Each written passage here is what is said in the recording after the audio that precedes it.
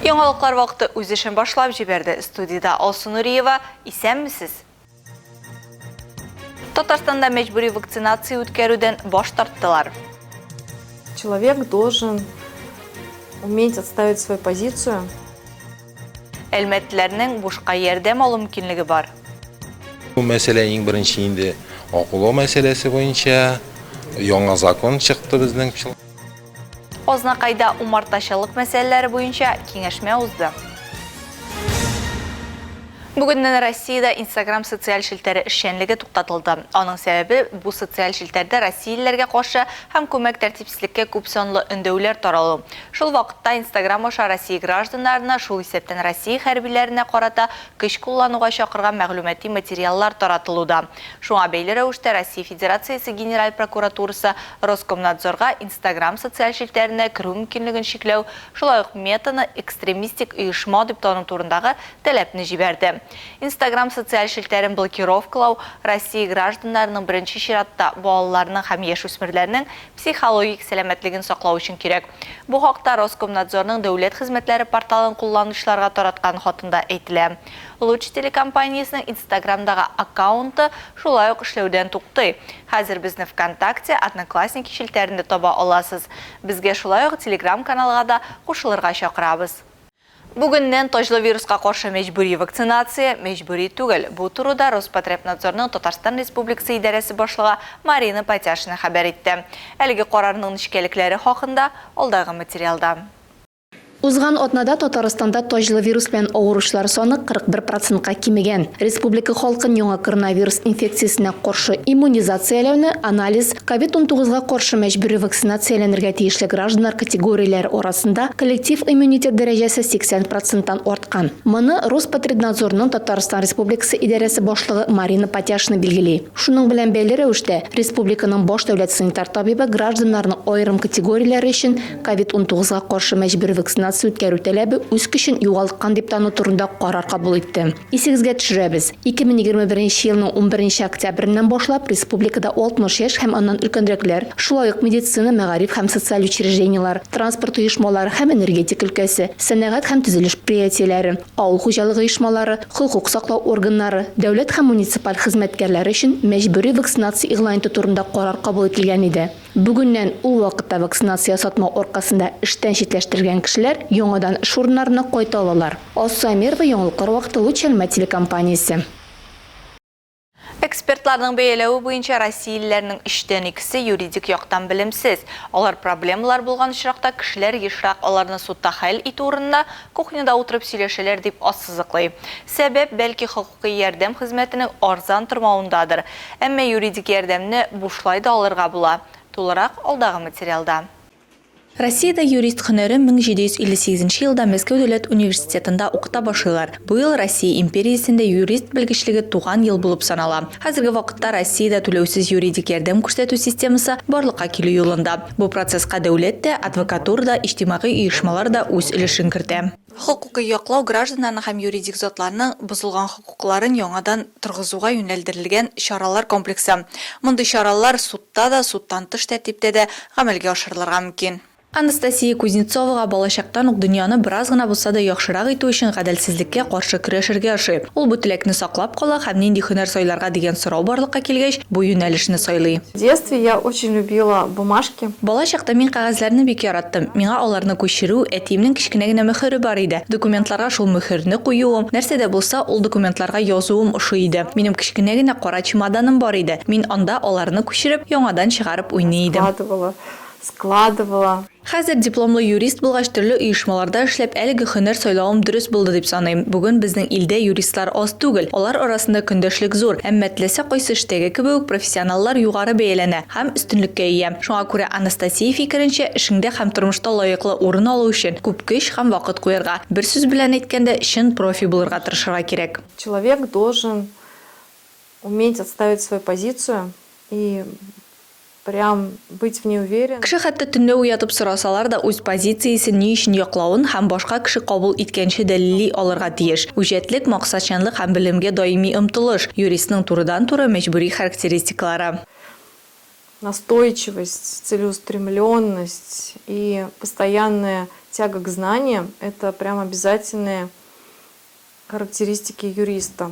Кешеләр әлеге хезмәт кыйммәт булганга хокукый ярдәм сорап мөрәҗәгать итми, әмма юридик ярдәмне бушлай да алырга була. Әйтик, безнең Әлмәттә авыр тормыш хәлендә калган гражданнарга эксперт хокук үзәгендә түләүсез юридик ярдәм, әниләр өчен умиление аналарны яклау үзәгендә бушлай, билгеле бер көннәрдә Әлмәт муниципаль районы башкарма комитетында һәм кайбер шәхси юристлар юридик ярдәм күрсәтәләр. Азнакайда хәзерге шартларда умартачылыкны алып бару перспективалары темасына район семинар киңәшмәсе булып узды.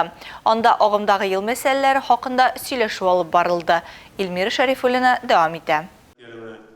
Умартачылык, бал һәм башка продуктлар алу өчен умарта үрчетү белән шөгыльләнә торган авыл хуҗалыгы тармагы. Шулай ук әлеге тармак авыл хуҗалыгы культураларын серкәләү өчен дә бик әһәмиятле. Азнакай умартачылыгы бүгенге көндә умарта саны буенча республикада беренче урында бара. Биредә барлыгы 8611 умарта исәпләнә. Бу мәсьәлә иң беренче инде акылы мәсьәләсе буенча яңа закон чыкты безнең умартачылык буенча. Иң беренче моңынчы закон юк иде. Шылавыттар буенча бу безнең өчен зур шатлык. Пестицидларны ниләрне теге беренче категориядан 3нче категорияга күчерү. Умартачылар семинарында алга бурычлар куелып, умарталыктагы эшләр хакында сөйләшү алып барылды. Умартачылар кооперативын булдыру тәкъдим ителде. Беренче урында торабыз Татарстанда умарталар саны белән, менә реализация дигән, җитештерген әйберне ничектер дөрес итеп сату кыенрак. Менә безнең бар инде сәүдә сетләре, пятерочкалар, майонтар белән сөйләшкән бар. Алар һәр кешедән җыеп йөрмәячәк. Шуңа күрә безгә кирәк киләчәктә кооперативлар оештырырга, бер урыннан җыештырганда организацияны алачаклар. Үзебезнең балны үзебезгә әле пока читил урын турында әйтеп тормыйбыз, пока үзебезнең регионнарга, кайбер регионнарга, шул Сибир якларына җибәрергә, эшләгән эшләренең, хезмәтләренең уңышларын үзләре күрсеннәр умартачылар. Умарта тоту җиңелеш түгел, ул күп тырышлык сорый диделәр бал җыючылар. Раушания Кариева яңа юл бистәсеннән. Бу юнәлештә инде 15 ел тәҗрибәсе бар. Безнең бал бик яхшы. Кумбаш балы юк, рапс балы юк бездә. Без Карабатайга чыгабыз. Элек, конечно, чыгадыр без башкорт ягына юкәгә. Хәзер инде бик анда акча бирә алмыйбыз. Карабатайга обязательно чыгабыз. Донник булса донникка, Испарситтан башлыйсың инде яз көне. Очрашу ахырында югары күрсәткечләргә ирешкән алдынгыларга дипломнар тапшырылды. Илмира Шәрифуллина, Рөстәм Әкбаров, яңалыклар вакыты, Луч, Әлмәт телекомпаниясе. Хәзер кыска вакытлы реклама бүленәчәкбез. Аның артыннан ук безнең эфирда. Авыл халкына, авыл балаларына спорт бик кирәк. Югары Мактама авылында яшүсмерләр арасында спорт турниры узды. Biz менә Лаеш районынан иртәнге 4-тән торып килдек, команда белән. Бөгелмәдә муниципаль хезмәткәрләр спартакиадасында Әлмәт районы башлыгы катнашты. Помогает быть всегда энергичной и в тонусе. Это прибавляет сил. Татнефть спортчылары волейболда көч сынаштылар. Реклама тиз узачак, безнең белән калыгыз. Эфирда яңалыклар вакыты дәвам итәбез. 13 мартта Әлмәт дәүләт татар драма театры залында Татнефть хәйрия фонды ярдәме белән 8-нче традицион джаз фестивале оештырылды. Әлеге концерт Россия джазының 100 еллыгына багышланган иде. Джаз очрашулары шәһәребездә яшәүчеләр өчен яхшы традициягә әйләнде. Фестиваль инде 8-нче тапкыр узды. Әлмәт дәүләт татар драма театры сәхнәсендә Мәскәү, Ярославль, Казан һәм Әлмәт шәһәрләренең иң яхшы джаз музыкантлары һәм коллективлары чыгыш ясады. Махсус чакырылган кунак илебез һәм дөнья джазы легендасы Россиянең халык артисты Алексей Алексеевич Кузнецов. Алар тыңлаучыларга 3 сәгатьлек тере, якты һәм онытылмаслык музыка бүләк иттеләр.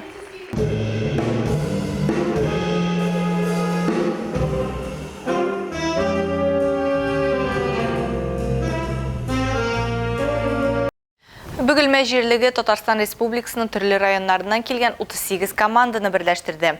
Биредә муниципаль хезмәткәрләр спартакиадасы булып узды. Аны чаңгы ярышларыннан башладылар. Әлеге чараны тантаналы рәвештә спорт министры урынбасары Илдар Садриев ачты. Тулырак Айгөл Шәрәфиева сөйләр. Күлмәк белән галстуклар урынына спорт киеме, а портфельләр урынына чаңгы. Муниципаль хезмәткәрләр республик спартакиадасы стартында очраштылар. Алар ел дәвамында 9 спорт төрендә ярышачак. Быелгы спартакиаданы чаңгы ярышларынан Бөгелмә чаңгы базасында башлап җибәрделәр. Ярышны спорт министры урынбасары Илдар Садриев ачты. Без елда традицион рәвештә муниципаль хезмәткәрләр арасында уза торган спартакиаданы чаңгы ярышы белән ачабыз. Быел ярышларны Бөгелмә җирлегендә оештырдык. Шәһәр җитәкчелегенә моның өчен инде рәхмәтемне дә җиткерәсем килә. Бүген биредә 38 район вәкилләре чаңгы ярышында катнаша. Шунысы шатлыклы, спортчылар арасында район башлыклары да бар. Җылы теләкләр һәм март аеның салкын һава торышы чаңгы сезонын озайту өчен менә дигән мөмкинлек. Беренче булып чаңгы юлына хатын-кызлар чыкты. Лаеш районы командасы җиңү артыннан иртәнге сәгать 4-тә үк старт алган. Без менә Лаеш районыннан иртәнге 4-тән торып килдек. Команда белән барыбызның да көчле сәламәтлек рухта. Бүгенге җиңүгә ышанып калабыз. Барлык инде катнашкан командаларга, муниципаль районнарга барысына да уңышлар телибез. Катнашучылар 1 һәм 3 километрлы булган карлы трассаны ирекле стиль белән уза. Үз чиратларын көтеп торган катнашучылар спорт кайфләре белән уртаклашты, киләсе йөгереш турында фикер алышты. Әлбәттә инде без Балташ муниципаль район җыелма командасын монда чагышлар дип әйтергә кирәк. Без инде бу ярышта 4 кеше чыгыш ясыйбыз, үзебез белән инде остазыбыз дагы биредә. Һәм инде шанып калабыз традицион рәвештә ел саен инде без призлар урынына төшкәнебез юк. Быел дагы инде нәтиҗәле чыгыш ясарбыз дип шанып калабыз. Катнашучылар арасында былтыр узган ярышларның чемпионнары да бар. Эдуард Михайлов шуларның берсе. Былтыр ул 3 километрлы трассаны 8 минут һәм 33 секунд эчендә узган. Старт дулкынландыргыч иде, дистанция 3 километрлы. Үземдә командабызда яхшы чыгыш ясаган иде былтыр. Күрсәткечләребез яхшы булды. Быел да инде былтыргыдан калышмаска иде. Мораль яктан да күңел белән дә моңа әзер. Катнашучылар өчен бу ярышлар физик әзерлекләрен тикшерү булды. Аларның һәрберсе яхшы нәтиҗә күрсәтәсе килде. Барысы да төрле вакыт күрсәтеп дистанцияларын узды. Тимур Нагуманов ярышларда катнашучы муниципаль берәмлекләр башлыкларының берсе иде. 134 номер астында ул Әлмәт районы өчен көрәште. Трасса биредә үзенчәлекле, таулы җирләрдә калкулыклары да бар, һава торышы да салкынча. Безнең команда өчен спартакиада бик җаваплы чара. Бер иптәшебезне алыштырырга туры килде. Мин аның урынына чыгыш ясыйм. Кагыйдәләрне дә үзгәрткәннәр. Бер генә кеше катнаша ала. Спартакиадада инде чыгыш ясауның үзенчәлеге шунда. Без команда өчен көрәшәбез, аның җиңүе өчен. Җиңүче команданы 4 команда спортчысы җыйган очколар буенча билгеләделәр. Чаңгы ярышында Ярчаллы командасы беренче урында. Алга таба муниципаль хезмәткәрләр футбол, волейбол, бадминтон һәм башка спорт төрләре буенча команда турнирларында көч сынашачак. Айгөл Шәрәфиева, Илнар Сәйдкулов, Әлмәт Луч телекомпаниясе яңалыклар вакыты. 9 марттан 13-нә кадәр Түбән Камада 2004-2005 елгы спортчылар арасында бокс буенча Татарстан Республикасы беренчелеге узды. Анда әлмәтлеләр дә катнашты. Нәтиҗәдә Даниил Шимановский җиңүче булды. Ул 24-нче мәктәптә укый. Дивон Юнус клубында Раджив Низамиев һәм Сергей Борматов җитәкчелеге астында шөгыльләнә. Әлмәтнең Ирбис клубында шөгыльләнүче Ринат Мингазов та бүген котлаулар кабул итә. Ул катнаш сугышчан көрәш буенча Түбән Новгородта узган Идел буе федераль округы чемпионаты һәм беренчелеге җиңүчесе булды. Катнаш көрәш дигәндә бокс, греблинг, көрәш кебек спорт төрләренең алымнарыннан торган ярышны үзалларга кирәк. Әлмәттә бу юнәлеш рәсми рәвештә 2005 елдан бирле үсештә. Узган елның көзендә бу төр белән шөгыльләнүче ир-егетләрнең үз заллары рәсми рәвештә ачылды. Ринат Мингазов Ирбис клубының өметле спортчыларының берсе. Чиратта аны Анапада узачак ил күләм ярышлары көтә. Спорт аша сәламәттәнгә һәм сәламәт ниятке районыбызның Югары Мактама авылында яшүсмерләр арасында Инсаф Рәхимов истәлегенә спорт турниры узды. Анда районның Габдрахман һәм Тойсуган авылларыннан да егетләр командасы катнашты. Дусларча очрашуны безнең иҗат төркемендә күреп кайтты. Рәдифә Нагманова дәвам итә. Урамда 20 градус салкын, ә Югары Мактаманың хоккей бозында исә егетләрнең кайнарлыгыннан пар күтәрелә. Җирле нефтче командасына каршы уйнарга Тойсуган һәм Габдрахман авыллары командалары да җыйналган. Авыл хезмәтендә һәм урам хоккеенда чыныккан үсмер егетләр өчен дусларча очрашу, осталыкта сынашырга тагын бер мөмкинлек. 6 март көнне балаларым чемпионат тәмамлады. АХК кубогын 2-нче серебро, көмеш алып кайттык. Аллага шөкер. Двукратный серебряный призерлар без хәзер. Ничә егет командагызда ничәнче елгы егетләр алар? 2005 и младше дибез инде. Кешеләр, и кешеләр менә шул да минем 7 кешем жиде варатар біле 8 инде. Инде алар тігі руслар айтмышлай, они бились до конца, шли до конца, финалға шығып, 2-ші орын алдылар. Россияның от казанган нефтечisi Инсаф Рахимов истәлегенә уздырыла торган хоккей турниры югары мактамада беренче ел гына оештырылмый. Мәрхүм үзе исән чагында ук та бу турнир инде бик данлыклы булган. Инженер-технолог Татарстанның һәм Россиянең атказанган нефтчесе, Россия Ягулык һәм энергетика министрлыгының атказанган хезмәткәре, техник фәннәр кандидаты Инсаф Рахимов 1947 елда югары мактамада туып, шунда үскән ир-егет. Нефть чыгаручы оператор булып башлаган хезмәт юлы Татнефть берләшмәсе генераль директоры урынбасары, аннан Татекс предприятиесе генераль директоры вазифасына чаклы китерә. Инсаф Вәли улы туган авылына төпләнеп яши һәм һәр вакыт спорт яклы кеше була. Кортны төзегәндә дә аның ярдәме күп дигән шул 2005 еллардан бер үткәрелә башлаган, яннары бераз тукталып торды да, менә үткән елда без тагы яңадан башладык. Шушы традиция итеп, былтыр быел менә Алла бирсә инде киләсе елга да бәлкем. Авыл халкына, авыл балаларына спорт бик кирәк. Потому что тәртипсезләнеп йөрмәс өчен менә бу спорт, алар көз көне керешәләр.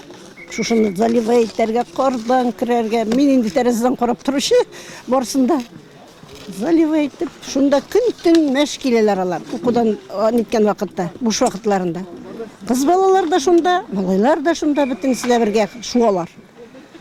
Бу бит зур ярдәм әти-әниләргә, телефонда гына утырмаска, шушында совхозда буларга. Сәламәт балалар үсә. Семьяда 6 бала үстек. Ул икенче бала, мен иң төпчеге. Миңа да хәзер 59 яшь. Моннан 12 ел вафат булды. Ул безнең барыбызның да тирәге, һәр вакытта да барыбызга да кулыннан килгән хәтлек ярдәм итеп торды. Шуңарга күрә мин аңарга бик зур рәхмәтле. Менә шуңарга күрә аның якты истәлеген югалтмыйча булдыра алган хәтлек, аны искә алу турнирларын үткәрергә тырышып торабыз. Оештыручылар тырышкан кебек, буздагы уенчылар да сынатмый, командаларның өчесе дә үз даирәләрендә көчлеләр. Һәркемнең җиңәргә тулы мөмкинлеге бар. Шулай да уен булгач бары да бер тигез бара алмый. Нәтиҗәдә Инсаф Рәхимов истәлегенә багышланган хоккей турниры кубогы хуҗаларда калды. Тайсуган һәм Абдрахман авылы командалары 2-нче һәм 3-нче урынны бүлеште. Иң яхшы капкачы итеп Абдрахманнан Никита Зайцев, иң шәп һөҗүмче Тайсуганнан Рифат Шәйдуллин, иң яхшы сакчы итеп югары мактамадан Радмир Ганиев, иң шәп уенчы итеп югары мактамадан Ранис Шәмсетдинов танылды. Алар барысы да Инсаф Рәхимов истәлегенә турнир оештыручыларының мактау грамоталары һәм турнир кубогы белән бүләкләнде. Рәдифә Нагманова, Рафаэль Сайфин, яңалыклар вакыты, Луч Әлмәт телекомпаниясе. Татнефть спартакиадасы кысаларында волейбол буенча узган ярышта компаниянең 19 предприятиесеннән 100 хезмәткәр катнашты. Ял көнне узган спорт чарасында безнең иҗат төркемендә булып кайтты. 2020 елда Татнефть спартакиадасы 33-нче тапкыр уза. Билгеле сәбәпләр буенча ул 2 ел үткәрелми тора. Ә бу елның гыйнварыннан өстәл теннисы, тау чаңгысы спорты һәм чаңгы ярышлары кабат яңартылды. Мөмкинлекләр тудырылган хөкемдарлар квалификацияле Татнефть җитәкчелеге ярышлар уңышлы үтсен өчен барын да эшли, ди Татнефть Аша акционерлар җәмгыяте спорт буенча кураторы Дамир Гәрәйшин. Сегодня мы проводим соревнования по волейболу среди женских команд. Хатын-кызлар командалары арасында волейбол ярышлары уздырабыз. 19 предприятиедән 14 команда катнаша. 110 кеше 2 спорт комплексының 3 залында уйнаячак. 10 человек заявилось, 14 команд. Будут играть в 3 залах, в 2 спорткомплексах. Быел Татнефть спартакиадасы яңа форматта Татнефтьнең спорт ярышлары дигән яңа исем астында уза. Теркәлү хәзер мобиль кушымта аша башкарыла. Күпчелек шәхси спорт төрләрен үз эченә ала. Бары тик 3-се командалы. Наталья Марухина 30 елдан артык тарихы булган ярышларда 10 ел катнаша. Күп кенә катнашучылардан аермалы буларак Наталья өчен спорт эш. Ул стиль жизни фитнес үзәгендә инструктор булып эшли. Ул капитан да, тренер да. Мы любим это дело, плюс наше руководство активно нас поддерживает. Нам залы для тренировок. Без яратабыз, җитәкчелек актив ярдәм итә, заллар вакыт бирә, кызлар рәхәтләнеп шөгыльләнә. Светлана Халиуллина да спартакиадада 10 ел катнаша. Таграс энергосервиста инженер-сметчик булып эшләүче Светлана сүзләренчә, утырып эшләүче кеше өчен спорт иң яхшы ял булып тора. Помогает быть всегда энергичной и в тонусе. Это прибавляет сил. Спорт от здоровья.